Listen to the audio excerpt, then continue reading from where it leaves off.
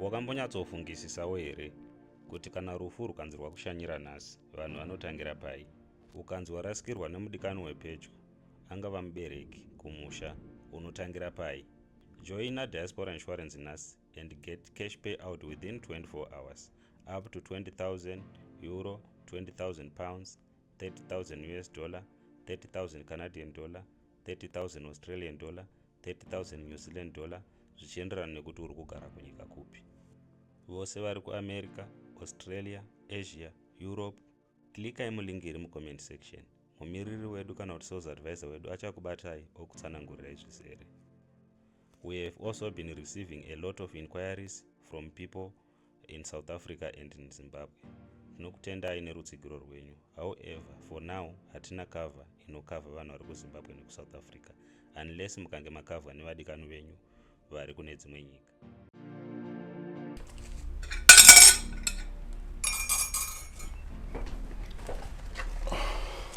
Morning. Morning. Breakfast is almost ready, but apasina margarine and cover. Oh. So you had to wait to receive berry. It was a town. Huh? So how am I having that breakfast without milk? But Charity, to be this careless. Donald, I think you should just cut me some slack here. I had a miscarriage not long ago, and I'm still recovering from that. And it's all a maid. Ah, so you want a maid? Do you huh? Uche maid? Donald, I think you're just not being fair. Fair? You want fair? Look at yourself. Have you looked at yourself in the mirror of late? Huh? Okay, I'll pass on the breakfast. What else is not there? Madowansi, nyama. In fact, I'll just buy everything and have a pass before you starve me to death in this house.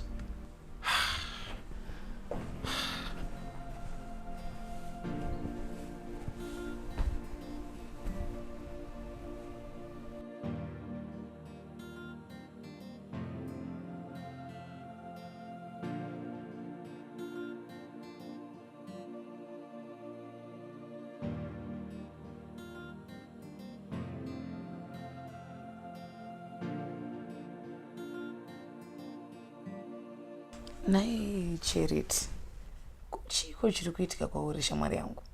Kusauka chi? Where do I start? Marriage. This marriage, my friend. You know, I don't even know whether I married a stranger or my worst enemy. You know, I'm so confused right now, Jamie. And you're confusing me even more. You know, I've been away for the past 4 months, Kubas. And you take a shot around and talk for me. Like, Charity, are you okay? Boy, and you say yes, everything is okay. Saka chachi manch. Okay, I understand. I'm here now. Talk to me. I told you about the miscarriage, right? Yeah, the third one in 4 years. I say still blaming you about it. Worse. You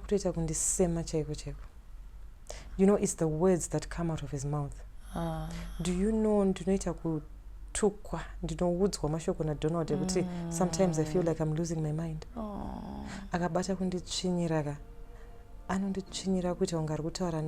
With someone asina kana sense at all.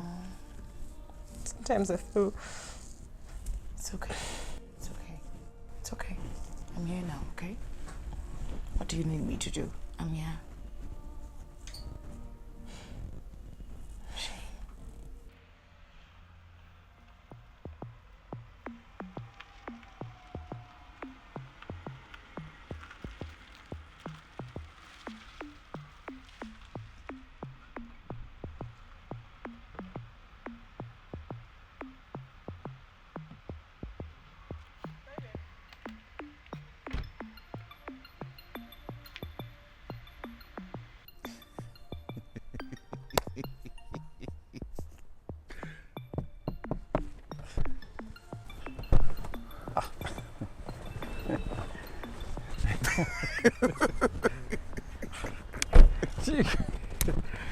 Jara. Saka mulida saying. What are you doing? Shiko. What was the barriga guy? What was the barriga guy? Bariga? Yes. Unopengere. At my age. Are you serious? I'm serious. I mean, seeing that we've been pushing Najun. It's been 2 years. It's been 2 years. Yes. 2 years of clean, discreet love. June is safe. In fact, she's my safe space. No drama, no pressure. Just sweet love, Baba. Eh? So what would I say? What would I say? Because at some point she would want to settle. And is it? Yeah. Just wanna be go can just but as for now, she's okay. And after all, I'm a married man. Married man. Makadiko married man. You will. You know, consider those. That's the end again. You wife number chi. Aye. Shangar. In Tori nan. Because I fence my people. Don't fence abantu wangu. Yes. And the time is around and the time is around. No, I don't. Anyway, I just say Charity. Has she recovered from? Yeah. Charity is Charity. Yeah, same old drama. Up to now, I don't know what it was about her. And do you know what, Ronnie? Even now, we can't string a conversation. She paid to me so. I would only or something. Watanga. You go to Nakiro and go spark on a June Chete full stop.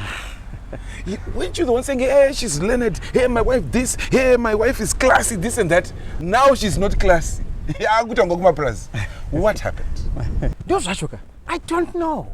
I don't know. Ugayai. Divorce? Oh, you.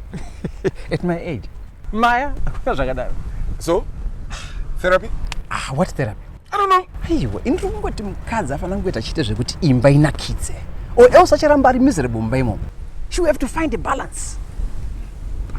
You speak as if this is a one-man band. How about you? I married her. I got her pregnant 3 times. And she failed. And now I'm looking after her. All she has to do is just work kuti imba yake ibatane. This also. Aye, woman.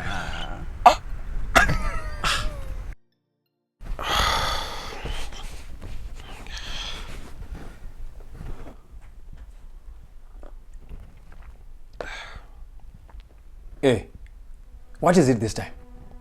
What's wrong with you, Manji? Did I do anything wrong this week? I came home early.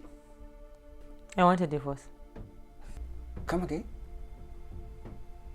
Ndati and chada marriage, you know, Donald. I want out.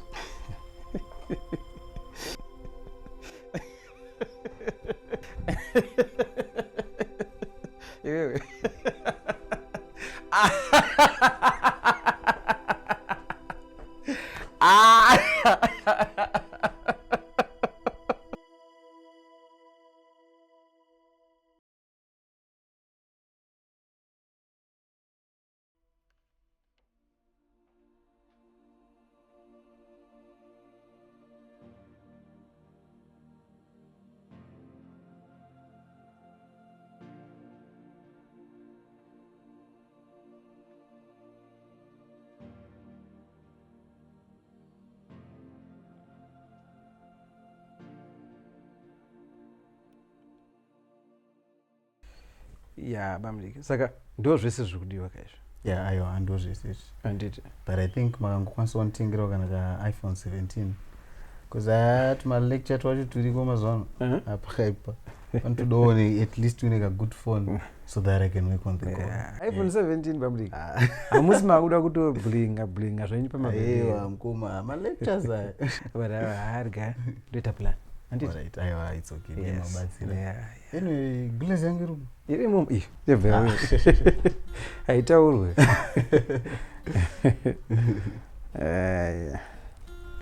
Glaze. Glaze. Kupuza glaze bo. I'm suronguru tema. But ndanani zvangu. It's nice. Vamwe vari sei kumba? aiwa hati muresi riripo zvake aiwa riripo yeah saka iwe 2.7 nokwana nditi zvese 2.7 good yeah sorted okay amemakona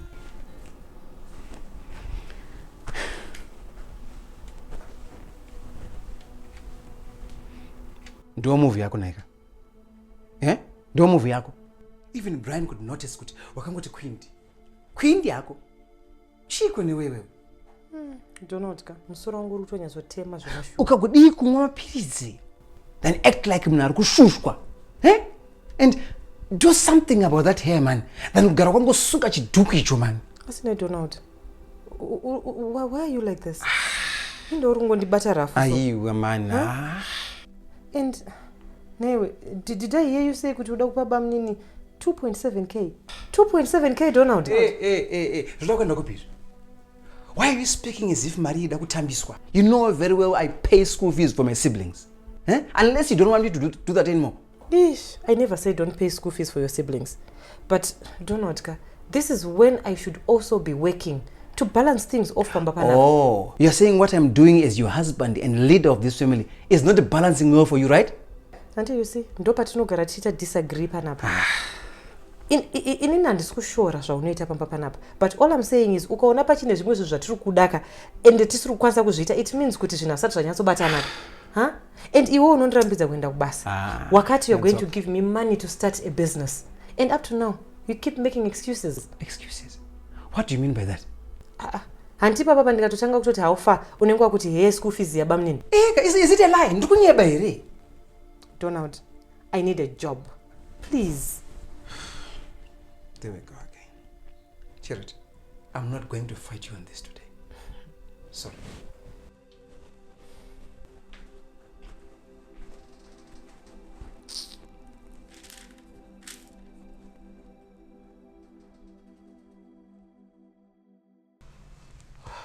Charity. Baby girl. Tell me, chiri kumboitika kwauri. What's happening with you? You don't look too well. Huh? Long story, Dad. You know, I think you got any pressure. Ko mama avasati vadzoka? Mama avasati vadzoka. You know, vakaenda kuSouth Africa havazodi kudzoka kauko vanenge vachimbospoilwa nemukadzi wehanzvadzi yako. Yeah, aiwa regai vambospoiliwa. Yeah. Ko iwe ndakakuti woendawo kuSouth Africa ikoko wombonogara naanti Geti, change of environment, you know, a breath of fresh air, you reset uriko ikoko. What is your husband saying about this? Dedika, to be honest, I really don't want to talk about this now. Apa ndandatongoyo kuti muzombondipo maybe a small loan. I just want to start something small while I figure out what I really want to do. A loan? Yeah, how much? Just about $300 will do. I just want to start a small business. $300, baby girl. $300? And what sort of business are you trying to set up with $300? As your husband is not making enough now. Daddy, Auntie knows what him question you breadwinner. So right now he's got some school fees to take care of. But still I'm wondering, in $300, what sort of business would he set up? At least let me give you something decent. No, Daddy, please. You know what? It's something that I'm just trying out, so I don't really want to invest a lot of money into it. Not on the onset. Well, if you say so. Komuruma wako haasikuda kuya chizombondoona kunokuwa. It's been at least a year asatamboya pano. Anenge ari busy kubasa Daddy. Achauya yake. Okay. He will come. Still ininika. Because inini handidi kukunyepera Charity. I'm not happy with the way you are looking.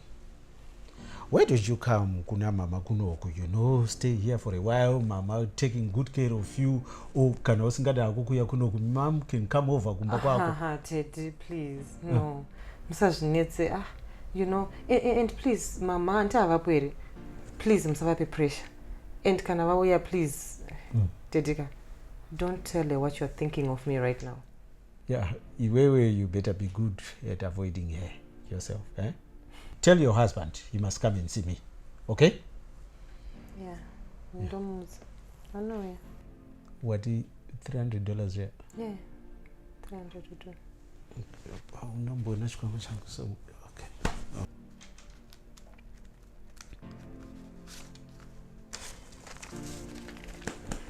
Tabas. There you Thank are. so much, dude. Okay.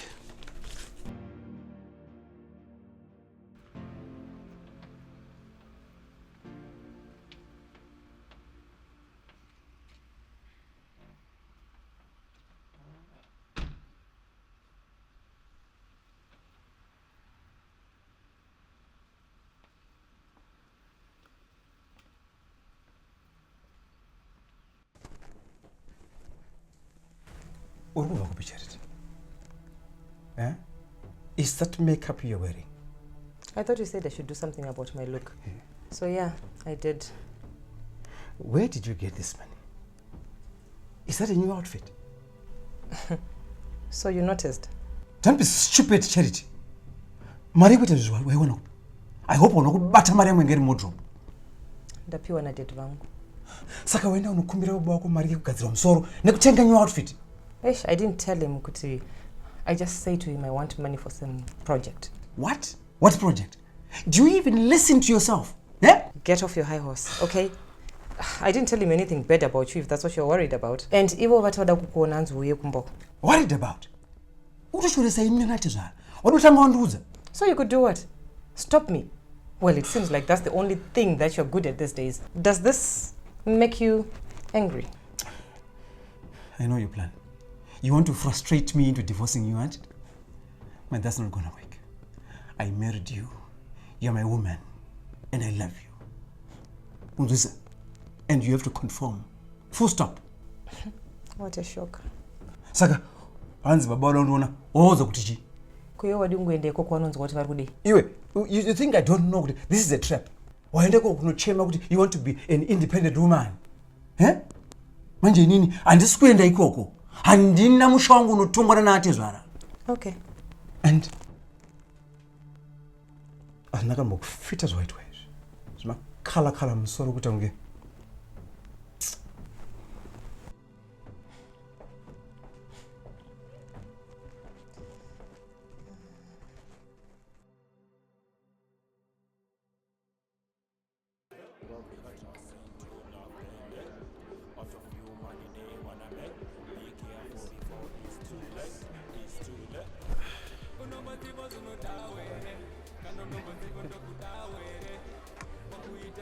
Cheers. Cheers. So, just to top it off, and yeah, I want to do a project. What project? Yeah, but isn't that what you promised her, Pamakachata Papa? Yes. Promised her a business? Yes, but not now. Things are not stable as of now. Indonesia, munakangobata mari anonetsa.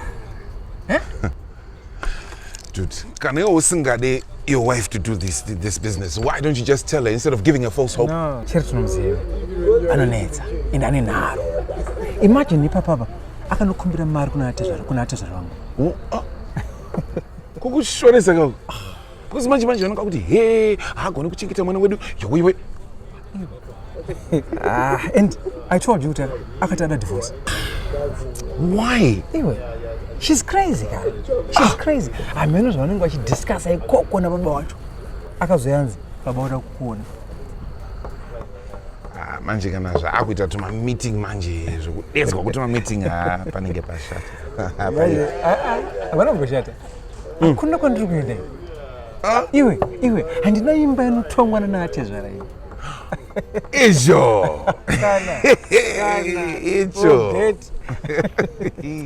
You see, no problem yekuroorera ma-intellects iyi. Because vanenge vachiti mwana wedu takadzidzisa yowe zvikazenge zvikazoti akaenda kuchikoro this that. So, and wait, check the setup in this house. The mom is a judge. The father is a professor. What did you think was going to happen? What did you think was going to be their opinion on career choices? Imbaba, itai business makataura zvipera. Kupiko baba. Serious? I'm telling you. Vakamurodzerei kana vaida kutarisa zvese izvozvo zvina career choices. Uyu amukadzi wemunhu pachivanhu chedu. wanziti and anofanira kutedzera constitution yemumba mangu unless kana zvavada kungouraya imba yake. Iwewe uchiri kuda zvemarriage iyi here kana kuti because it can't be that bad. Peter, chero ndisaide wakambozvinzwa kupi zvokuti munhu anoti ada kuramba murume iye pachivanhu chedu mashura kai kupiko mashura kai zvisiri hazvo zveculture kunenge kuri kudzikisirwa chaiko chaiko kudzikisirwa last number. There you have it. My God.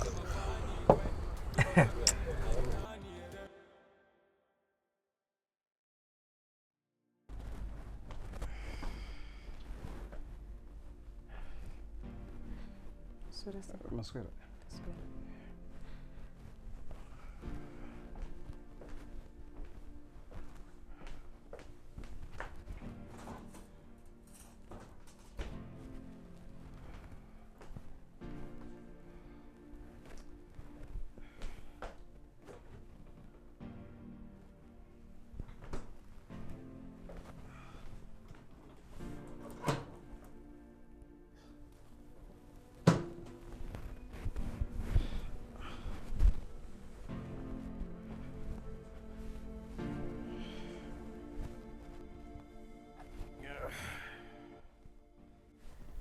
Kasi nasi hapasi kuchikwa padapa.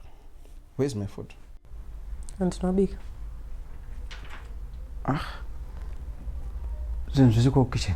Mafuta, nyama, mapoto. And you didn't cook. Where were you? I was here. I just didn't cook. Donald, we need to talk. Oh. Okay. So you didn't cook for your husband. And you're looking at me like this. And you want us to talk. Exactly. Talk, Donald. I want us to talk. Charity, I'm not going to give you a divorce if that's what you want to talk about. Donald, chimbonyatsoundudza kuti iwe uda kuti tinyatsoita zvekunyatsoita sei? Huh? Okay. Let's start from when we were in college. Did I not pass my degrees just like you? Did we not talk about our careers back then? Did I not get an opportunity to go to Wales? Iwe ukati timbomira kuti timbochengeta mai vako because vairwara. And when your mother died... Iwe, don't talk about my mother, man. What has my mother got to do with all this you're ranting? Ranting? Donald, apa iwe ndokukwidza voice. In all I'm saying is let's go back to the drawing board and start from there and see how best we can solve my problems at now today. What problems do we have? Oh, you're talking about kuchengeta mai vangu as the problem. I only mentioned your mom because that was the reason why I didn't pursue an opportunity for my career back then. Ndikungoti ndo zvakaitika. Andinomboti it was a problem kuchengeta mai vako. Okay, after that, wakandinambidza kuenda ubasa. Ukati you wanted us to start a family. Yeah. And I complied. I got pregnant and... Iwe, saka nyatsotaura pana nyaya yako about it. This was all my idea, and you were not interested. Eh? Why didn't you say it? Ipapo pacho. We are not fighting, Donald. Oh, we're not fighting. First off, I'm not going to be here. Were you not preparing for a fighting environment? No. Anyway, back to what we were talking about. I'm just saying, I feel cheated by you, Donald.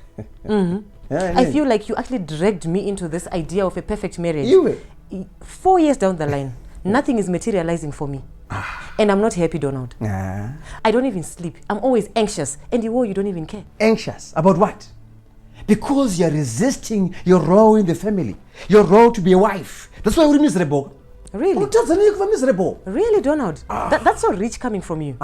You just don't want to acknowledge the fact that with all the potential that I have, with all this education that I have, you've actually managed to turn me into your housemaid. Iwe, what housemaid are you talking about? Huh? Iwe ndi wandinyima chikafu munomu. Would your housemaid do that? Ndakatika na time ya kwana. Chakwa mari business. And when is that time going to be right? We have to start a family first. Cher, look around. You know what? I'm not even going to fight about that with you today. Donald, I had 3 miscarriages and you don't even feel sorry for me. Huh? You know what? That divorce is what I really need right now. Because obviously the way we view marriage is not the same anymore. So you want to give me conditions, Munom? What are Baba? Munom, Twangi.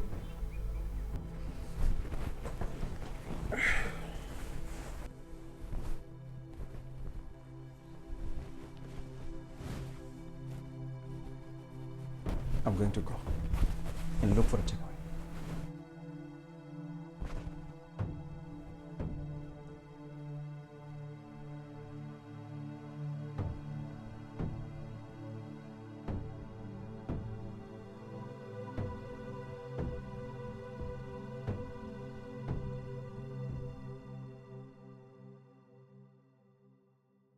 So why can't you just sleep here since what she's giving you stress, Kumbo? Baby, sleeping here will give him a tools that I use against me. And hey, the meeting here could piece up Basamangwana. I have to be there very early. I'm having a very busy day tomorrow, but still I need to spend some time with you. I know. 2 weeks now. I know. But did they work careful? And so that drama masters. Apa charity watch mazoano are loud and noisy.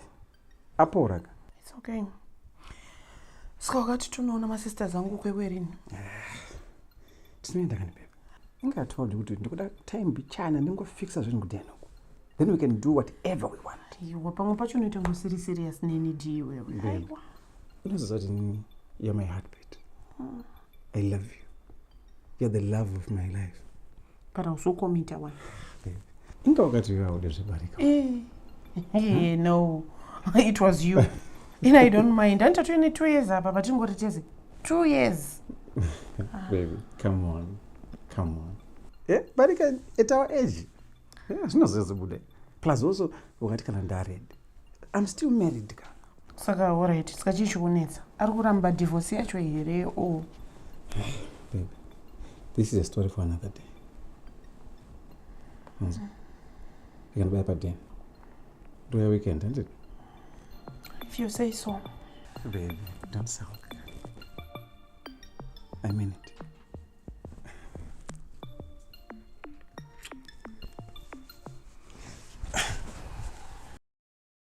Do you know Donald asked Pamba? I told him that I wanted divorce. And guess what? He laughed at me like I was mad. But were you serious about the divorce? Do you know ndakatozotaura ndigare 15 pasi tinyatsowonesana akutonditi hey saka wauda kutosvita murume pamba panapa. You know what, my friend, I love you so much. That is why I'm going to be very honest with you. Divorce, don't you think you're taking things a little bit too far? Taking what too far? Iwewe, you know our history. You know our story. And to be quite honest, I feel like Donald actually tricked me into this marriage. But you guys were such a perfect couple in college. What did I talk with your name? I don't even know when or how we got here. Yeah, Donald was like my perfect man. Or so I thought. And the first 2 years of our marriage was like heaven. And Jamaica, I feel that's when I actually lost my guard. Yeah, but don't blame yourself for that. You were doing it just like any other married woman would do. Being submissive. Submissive indeed. Look, I have sacrificed a lot in this marriage for the past 4 years. And all I need right now is a break. Just to go out there, do something with myself. And yeah. Saka iwo wauda kutonditonga pamba panapa. Hey chino, hey independence. So inina I want out. I did not sign up for this. You need a balance. Anything. He just doesn't want. Do you know he walks around this house like he's my enemy, ready to throw punches? Yeah, toxic man. Change your for kwanza. But my question then comes with it. As he's seeing someone,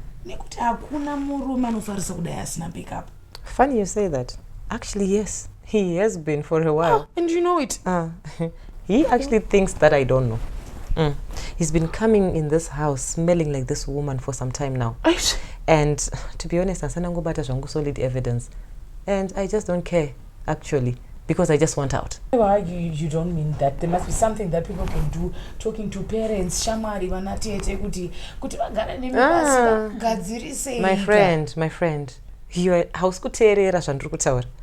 Thing is, even if I want to, me and Donald, our view of marriage is totally opposite like this. Tagata kupisana kude kurasana cheko cheko. He doesn't believe in a working wife. And to be honest, I feel like he should have just told me that before we got married. Hey, because right now, I'm even embarrassed to tell my dad that. I hear you, Shamari, but you do not behave. You wouldn't expect such from him. Deni fula so.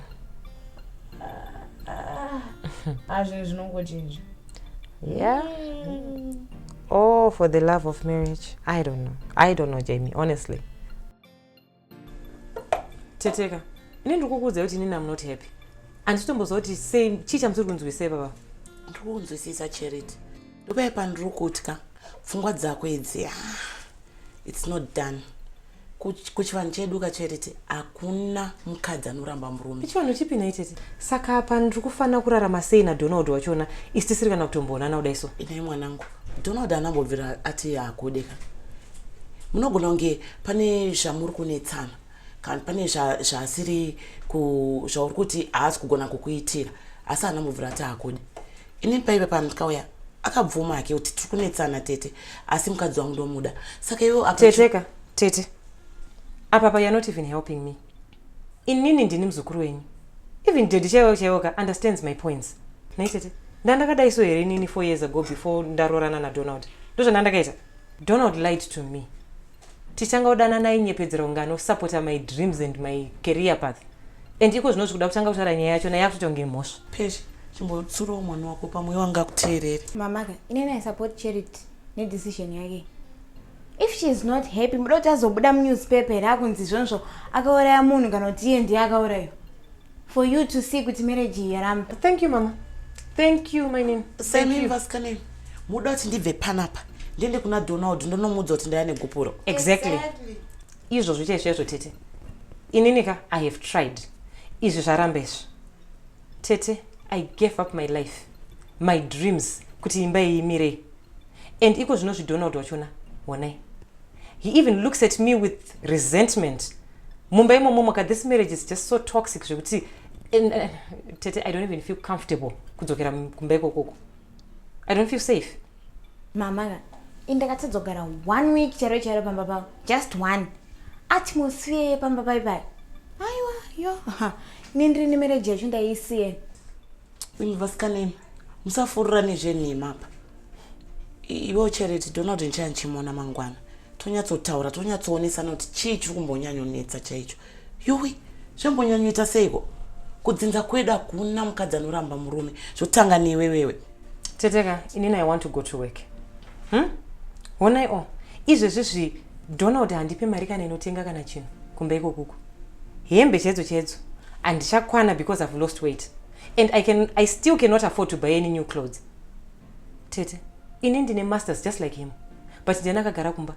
Izvo ndoswera ndakagara kumba uko ndichitongenerera. Ndichabasa rikumukumbira mari yechingwa yandotozopiwa futi after a lecture kumba iko koko. Ipapo manje mwanangu. Imagine mama. Ndiri kushingirira kuverenga mabhuku kudai so. Ndozongomuka ndakanzi zvonzvo auende kubasa unogara pamba. Aiwa kana tidaro. Not every man wants a career woman. Uyu Donald anoshanda. Ari kukuchengeta wani. Teteka. Izvo handifungoti mukunyazozvinzwisisa izvo. Nyaya iyi tete haisi nyaya yekuti ndiri kungoti ndoda kuenda kubasa. Iye akati ari kundipa mari yestati yekuti nditange business. But iko zvinozi 4 years later, still nothing. Apa kubasa kwachona handibvumidzwe kuenda. Saka ndofanira kuita sei? Charity wakashinga hama yangu. Inini handitwe izvi. Handitwe mama. Handitwe izvi ndingatogara ndisina murume wacho naye udai single. Kakangwarisa hakuna izvozvo. Panapa unoroorwa, unoteerera zvokutaura murume wako. Iwe Charity, ndikuuya iko kundotaura naDonald mangwana.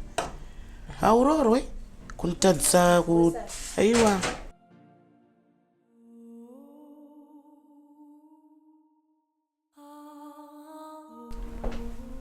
Square. Ndaswera sarasi. That's why.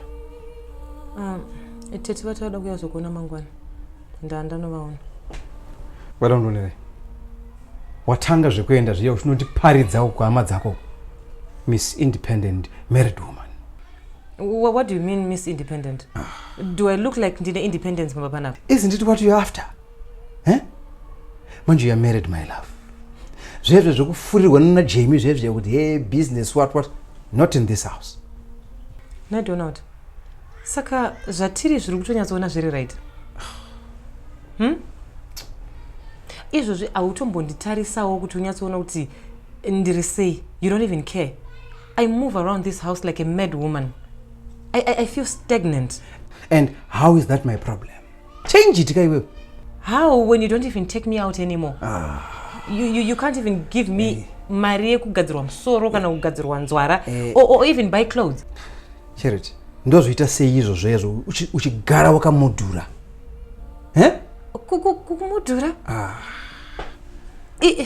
Kumudhura iwe uchita basa rekuya pamba panapa smelling like your girlfriend. So you think I didn't notice? Pese paunobva ikoko. So you are cheating on me. I'm a man. Eh? What do you think I do? Kana usutora nini? Usiri kuattend to your marital duties. Unondite sei? Ndite sei? When did you become like this? Huh? Ndakanyatso kuita sei? You were never like this. Thank God you noticed. I was never like this. But you changed me. How so? Unaona Charity, all I wanted was a wife. Someone to build a home with. But obviously that's not what you want. Iwe ulotita baba. Vemba muno. Eh? What? Ndakunorara.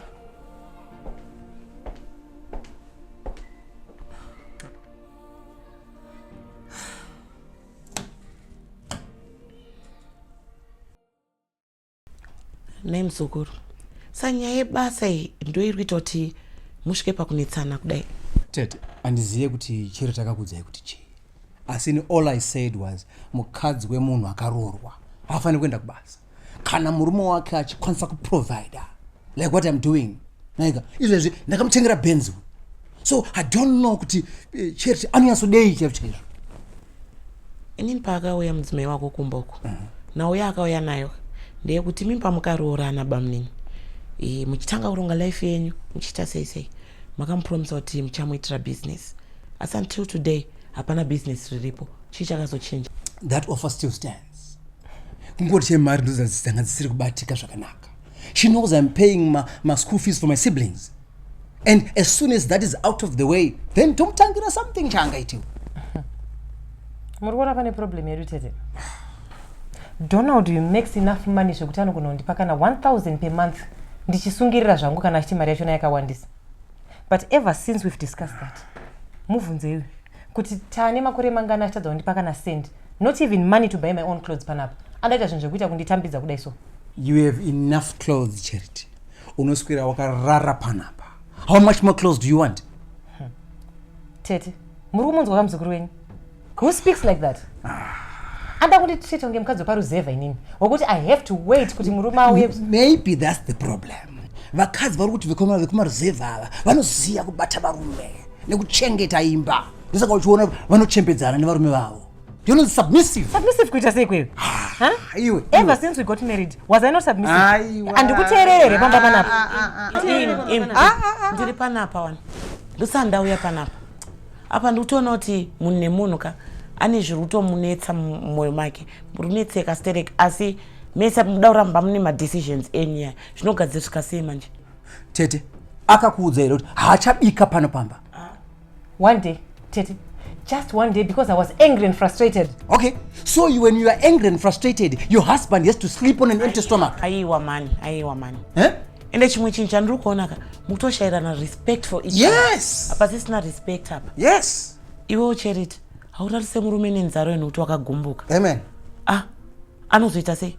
Kwakawana nomubikira. Teteka, at this point he is so free to do so. Murukunzwa Tony yacho. Aiwa, hautauri uchidaro. Mamunzwa mai muzukuru wenyu. Hautauri uchidaro muzukuru. Tete, inini I think tikunyatsorasika pane nyaya chepo apa. Nyaya inini I feel like inini na Donald tasvika pekuti hatichakwanisa kutaura tese tinyatsonzwanana handiti tinongoramba tichingotenderera pasame story and tinopedzisira takungoshaudhana and nothing gets solved. ndosaka ndauya ka chinyatsotaurai iwe taura zvako iwe taura zvako tona tobetserana sei totanga newe muzukuru Donald. Tete, Charity is failing to be patient, Chet. Pressure yese yaari kuisa iyi kuti aende kubasa. She must redirect the pressure into us trying for another child. Hama dzangu dzinoti kudi ndagara 4 years nayo pana mwana, and now she wants to take another time aende kunotsvaga basa. When are we going to start building a house, making children mumba munomu? iyo nyaya yakaiwa inzwa muzukuru yataurwa nemurume wako iwe uri kuti I want a divorce. haisi solution iyoyo Charity. Naitete sikamuda kuti ndikunyeperei nezvese zvataurwa naDonald ikwaikoyo. Hapana a way of solving this matter. There's no solution to this. I'm not going to give you a divorce, Tete. Ndapedza. Saka Modondo? Why are you asking? Excuse me? You're excused. Don't wait up for me. What?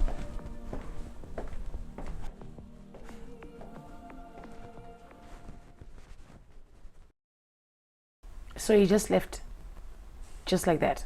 Yes. And you are upset? What do you think, Jamie? Of course I'm upset. This is why I called you here. aiwa Charity musunuyo wakandidedza uchiti wakuda divorce saka kana pane zvinhu zvachinja unongondiudza totaurana kuti tiwane kufambirana. Yeah, well, Pepeka, I was just pushing for the divorce kungoti, you know, maybe that would help him change his mind kuti andibvumidze kuenda kubasa chete. And then? Tete vakazouya kanesura and I told you, Pepe. That's when I realized kuti, you know what, I can forgive everything else, but I'll still be bitter. And yeah, Donald Wachunaka is not even making the situation any easier, Shamwell. Do you know Panapatato 6 months, no intimacy? No intimacy, but like none at all. None. And ndopandozofunga kuti saka pana papachona ndakagarirei. Because it's not like we talk. We don't talk anymore. I'm actually just staying with my worst enemy in this house. Ndopandopandaita confused because you watch you are not decided. Divorce yacho hausikuda mumba macho hamusikufa zaukunyatsoda chiti betserani. Yeah, ntombozive because you know Donald pese paiti hey andisikuda divorce achiramba akaomesa musoro Pepe. Inini I was almost fooled thinking that it was because he loved me. But ndakatozoona kuti no, he just needed somebody to control and manipulate. Saka hapana chachinja. Saka tete akavati kudi? Zvakeka zvemazuva ese izvozvo. Hey, Nina, I love my wife. Hey, iye ndiye asinoita submissive. And you don't think this is the right time for you to go home and talk to Anna mama? Which mama? My mother? Until you know that my mom was against this arrangement from the onset. Remember Pepe pandakataza kuenda with that offer Wells soon after graduation. Yeah, I remember. And she's always said to me, you're going to regret it. And now kuti ndichenda nenyaya yakadai so, I'm just not ready for her. That's why I like your mom. Wantara chokwadi nemo kudai so. I was in love. I was stupid. Anyway, yo acho waripiko mwene wemusha baba waripiko va Donald. Do you know where he is? Asitomboziva kuti akaenda upini. And unoziva Jamie kandikurwadziwa. I'm so hurt, but this is also just confirming it for me kuti this marriage is no longer healthy for me. Anyway, do you still need that capital? Nanda nayo mota just in case you need it.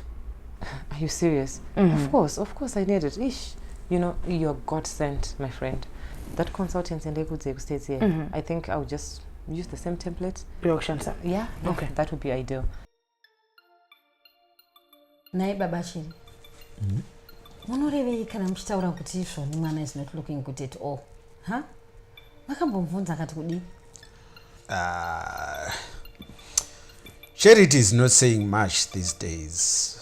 Kana ipapa ingotsenga mukanwa zvake achingoti Charity ndinomuziva ini, she has always been vocal mufunge. Imi ndakambokuudza imi kuti chimurume cheche zvinoshusha mukazviramba imi mukati zvoni mwana wangu is not complaining. Izvi ndo zvakutoita kuti ndifunge kuti dai ndaenda kweni ndanozvinzwira ndega. No, you can't go there. Iye paakandiudzawo nyaya yake iye akatokomekedza akatoti no musatombotaurira mama. So kana muda kuinzwa nyaya iyoyo motomirira Charity wacho ariuye kuno. Yeah, that's the reason I should go there. Ndonyatsoona kuti zvakamira sei. Nekuti mwana wangu anogona kunge achirohwa kuisa kangogara panapo. Kurohwa kwete. Kurohwa. Tete vakaendako. She went over and vakaitaura nyaya yacho iyoyo vakadii. Saka tete vakatofona nezuro vachitotaura kuti she'll be coming over kuzotiudzawo kuti zvakafamba nyaya yacho yakamira sei. Saka tete vakatoendako. Saka pane nyaya. Ya, tichanzwawo kana vachinge vauya tete wacho. Baba Sheri, munoona ka ndozvandairamba izvi ndozvandairamba izvi. Charity akangoti kupedza chikoro nekungonororwa. I have a feeling yekuti izvi zvikaizvike zvekugara pamba zvakaita izvi ndozviri kunetsa kumba kwake iko. Yangu choice yavo kamumarriage yavo vari vaviri. Maybe iye Charity wacho she's happy being a housewife like that. Imika? If you ask me, inini nangu I'm not happy at all. Handidi kunyeperai. Handidi kunyeperai chandoziva Charity wanted to do something better with her life. Kwete izvi zviri kuitika izvi. Muchazvinzwa ini. Tichaona tete wacho vauya zvavo. Unaona shamwari, she had the guts to say it pamberi patete vake kuti she wants a divorce. Unyepewe. This is now sounding more serious than I thought. But why don't you just give her the business that you promised her? And then you don't have to be going through all this kind of nonsense if you still want the marriage. Shaman, growing up, I've seen many marriages collapse due to these working wives. Mukadzi akangobata mari chete so. Potoshata. Can you imagine? Munhu anotadza kundibikira just to prove a point. Ozoenda kubasa. Awane mari yake. Ndatotongwa kai. Ndatotongwa. Iwe. Charity achabika.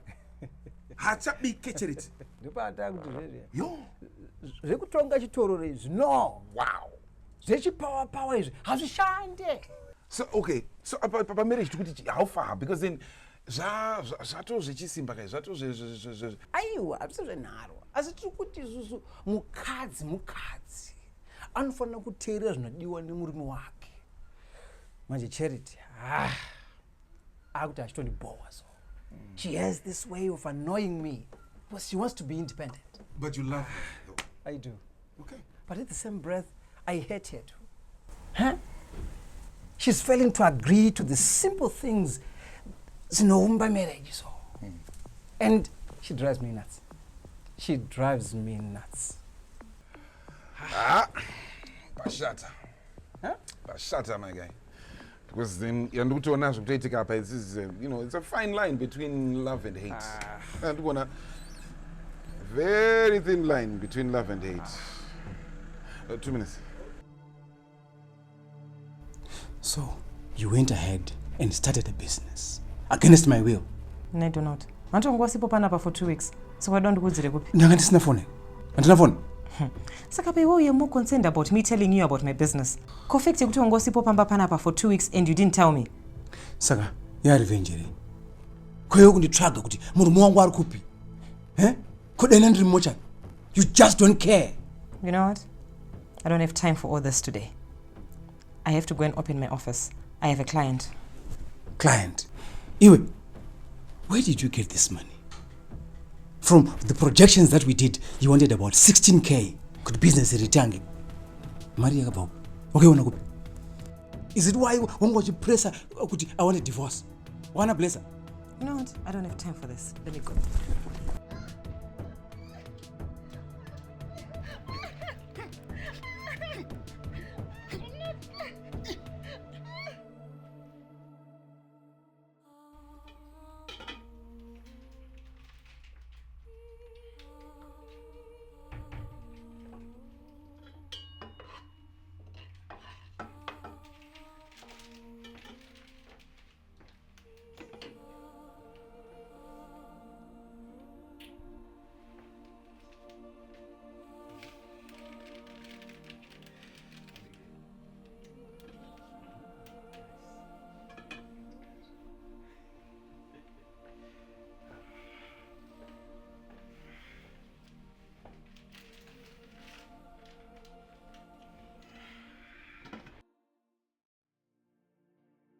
saka ndo nyaya yacho iyoyo.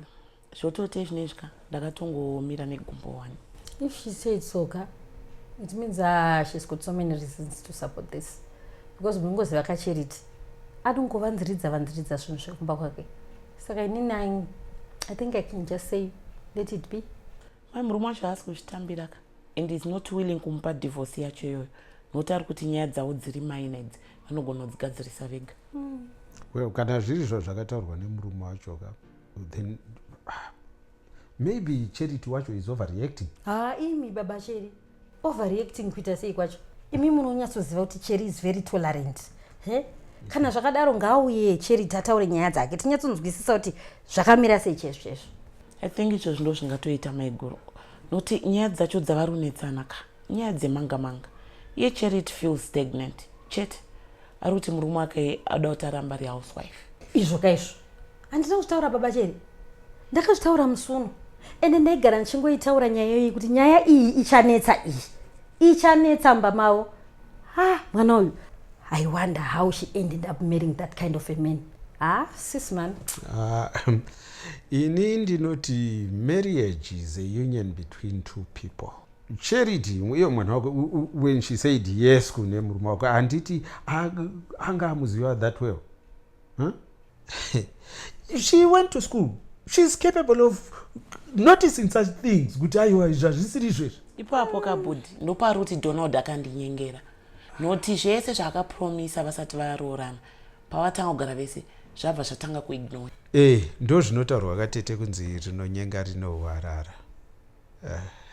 Saka imi muri kuti iko naitete? Nini handikutaura chokwadi budika. Ndinoda kuti imba yemuzukuru wangu imire. Asi nehondo yevaviri ava zvakundinetsa kuvhika ini. Nokuti vese anonga akamira pamukaka kudai. Hapana chinonetsa apa tete. Kana murume uyu akanyepera mwana wedu ka now she's miserable. Inini I'm not a supporter of divorce. Asi in this case, kana I ndinongoti Charity must choose herself first. Mwana wangu ita mental breakdown after all these years dzaanga achishanda very hard to achieve her goals muupenyu wake. Then she marries a selfish and controlling husband like this. Imi tetemi murume uyu akabva kumba kwavo akaenda kuchikoro because he wanted to achieve his goals. Anditi asi wangu mwana inini ndionzi ngaachigara pamba because she's a housewife. Hakuna zvakadaro. After all, who said married women should live their dreams and goals because they are now married? Tarisai mune inini tete panapa inini ndoenda kubasa ini. I have ambitions and ndaka-achieve my goals angu ese andaida working like that, but still I'm still married to your brother. Saka iye Donald aida izvozvo zvekuti zvoni mukadzi wakaita housewife angadai akamuudza way before vasati varoorana. Saka kana zviri izvo zvaanoda ngaende kaanotsvaga mukadzi asina ma-ambitions in life. Full stop. Papakaoma maiguru. Ameno budi. Inini ndinongoti as long as my daughter's life is not at risk. Vanhu ava vanhu vakuru ava they are capable of making my decisions anoratidza kuti they are adults. I'm sure they will make my decisions akadaro.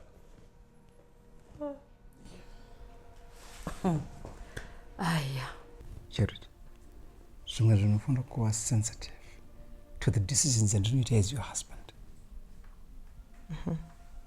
Apa uda kuwedza kuti chii pane Donald? So ndokwazvasvika uku manje waakundirova manje. Babe, I'm sorry. I never meant to do that. Look at what you're driving me at. That is a warning. Asi wakatombonyatsondirorere chii Donald? Did you even love me at all? I did, and I still do. But you're not wanting to submit to me as a wife. Charity, is this now you're going to take the same level to university? Ndizvo here. Donald, unyazonzwa kutaura zvekutombomake sense here right now. Why is it you're making it seem like inini I started wanting it all after taroorana? We were in the same class. But why is it now you're making it seem like I'm using it as a tool to dangle around and say kuti inini ndakadzidza? Why are you even making me feel guilty about kuenda kuchikoro? No, baby. No, baby. Going to school is not an issue. Your father the man in your life then put you through school, which is a good thing. But now I'm the man in your life now. Hatingaite machongwe maviri ka. Hazviiti izvozvo. Baby, I'll do anything to support you and the family. But you as my wife, you're supposed to stand by me. And it baby.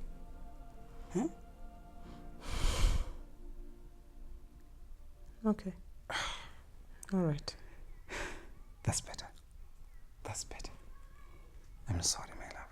I'm sorry. I'll never do that again. I'll never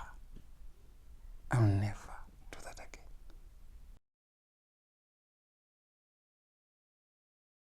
No, Charity. So you mean he put his hands on you? What is wrong with Donald? My friend, it has already happened and it's done. And to be honest, I feel like I'm just losing my mind right now. Oh no. You know, I realized it means that I want this solved. And to be honest, after speaking to Donald last week, Donald is determined to make me a housewife. And to him, that's final. And you know that's not me. Anyway, so that means the problem is you wanted to start your own business, Cap. Because you start a business. What is wrong with him?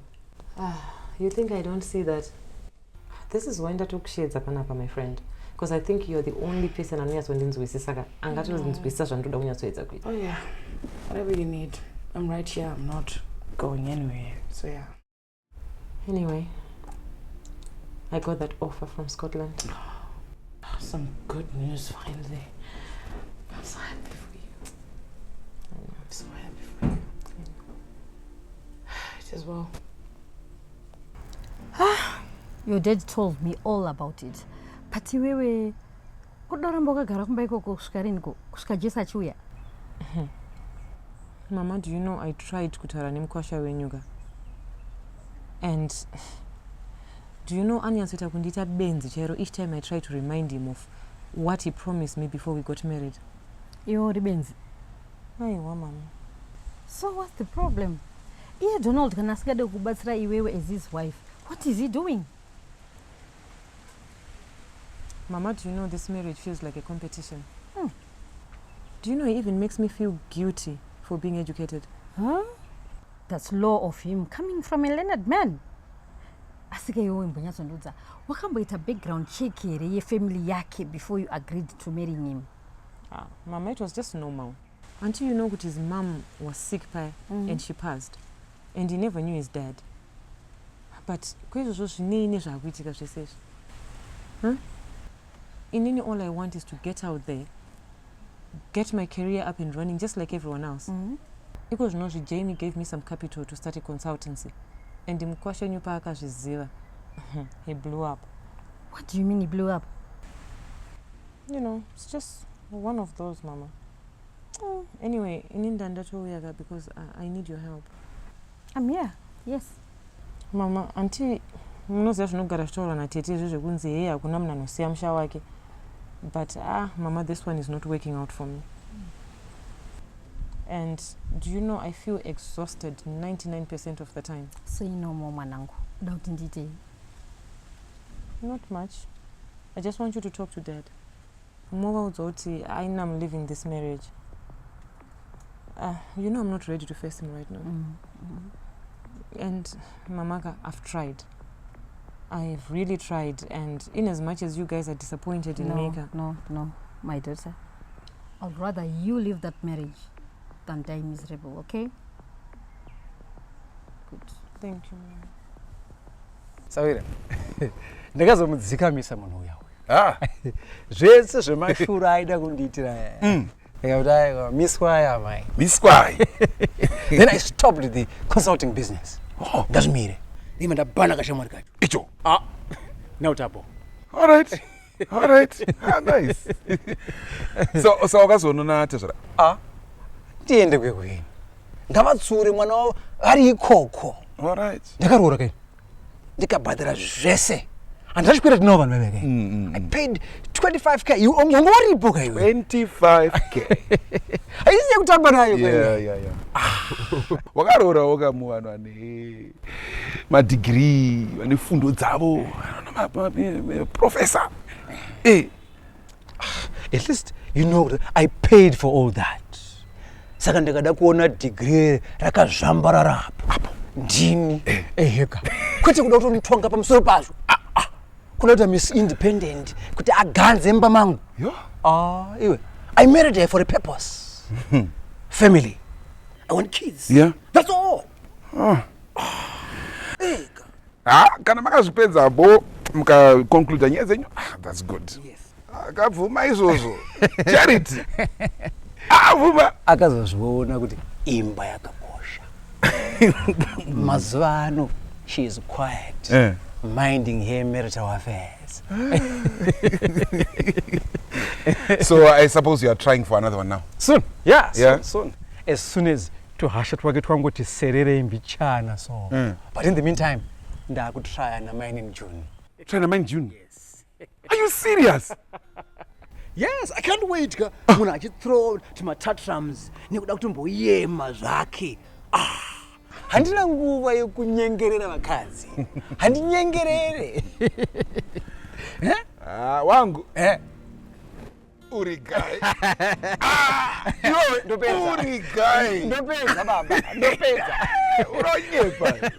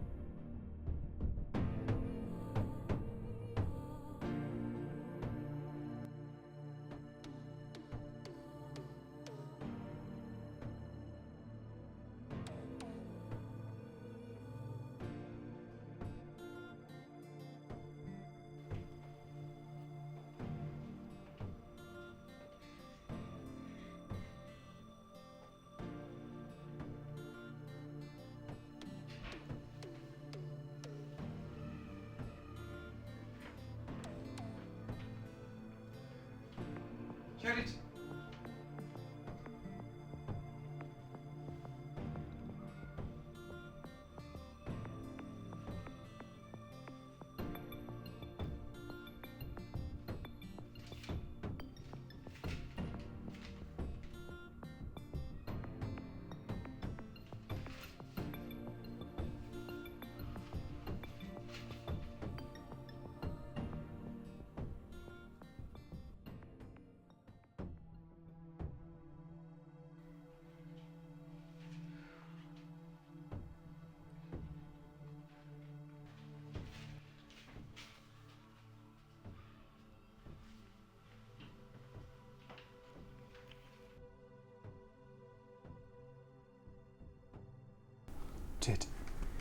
Did you know that Charity was going to leave me just like that?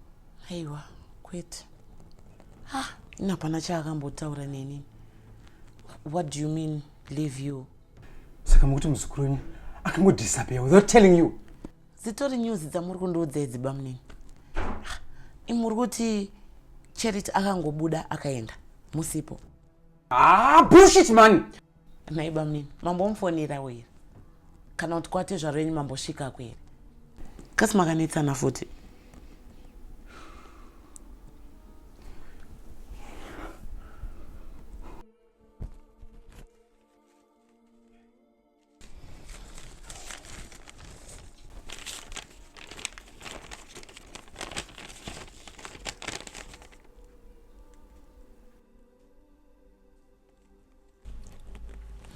hanzvadzi yangu. Unzwa kuti murume wako ndiye aita izvi? Yeah, Ted. Yes. Aiwa, munofonere mapurisa. This is I only came here kuti ndingokuratidzai kuti this is how my marriage is now looking like. Just because ndakangoti I want to start something. Aiwa, zvimeke sense izvi man. Tete, ndakapiwa capital na Jamie. After Donald aramba achingodipa my excuses. And then I started a consultancy business. And when he found out, ndopakandirova. And I got to threaten out he's going to destroy everything to do with anything that I want to try. Jamie chai akatobanwa kuyomba kwedu. Sandite sendi ndiudze body. No. That will just escalate things, Tete. Cheritka, kuona munhu achikurova kudai. Zvotoreva kuti agara atori violent. And kazhinji kacho ukatoona atotanga kudai haachatoregedzi. Wese akatoona watonyarara anotofila comfortable kuramba achizviita. I know that, Tete. But you know, in ndatoyotika mundibatsiro pane this idea that I'm thinking. But please, musaudze mama kana mudhara. Pane, okay, this is just between me name. All right. Na Jamie. Chete mufano zvisa. Okay, wafunge.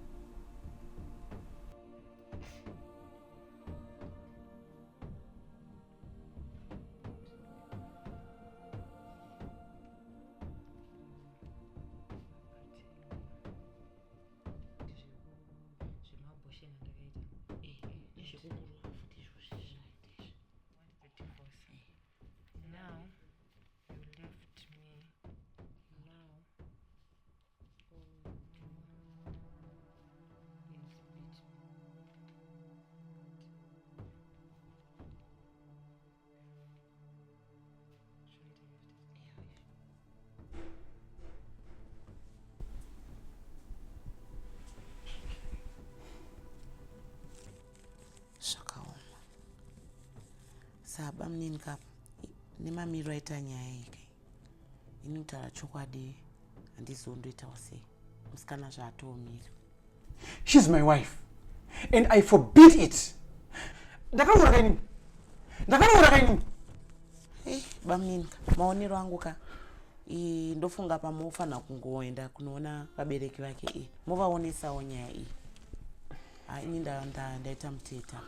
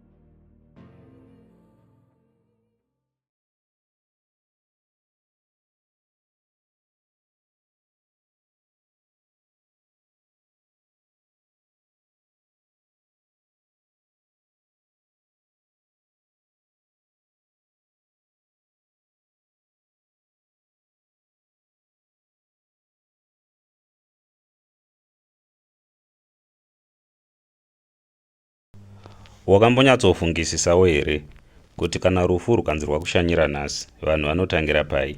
Ukanzi warasikirwa nemudikani wepedyo, angava mubereki, kumusha, unotangira pai? Joina diaspora insurance nhasi and get cash payout within 24 hours up to 20,000 euro, 20,000 pounds, 30,000 US dollar, 30,000 Canadian dollar, 30,000 Australian dollar, 30,000 New Zealand dollar, zvichienderana nekuti uri kugara kunyika kupi. Vose vari kuAmerica, Australia, Asia, Europe, klikai mulingi iri mucomment section. Mumiriri wedu kana kuti sales advisor wedu achakubatai okutsanangurirai zvizere. We have also been receiving a lot of inquiries from people in South Africa and in Zimbabwe. Tinokutendai nerutsigiro rwenyu. However, for now, hatina cover inokava vanhu vari kuZimbabwe nekuSouth Africa, unless mukange makavwa nevadikani venyu vari kune dzimwe nyika.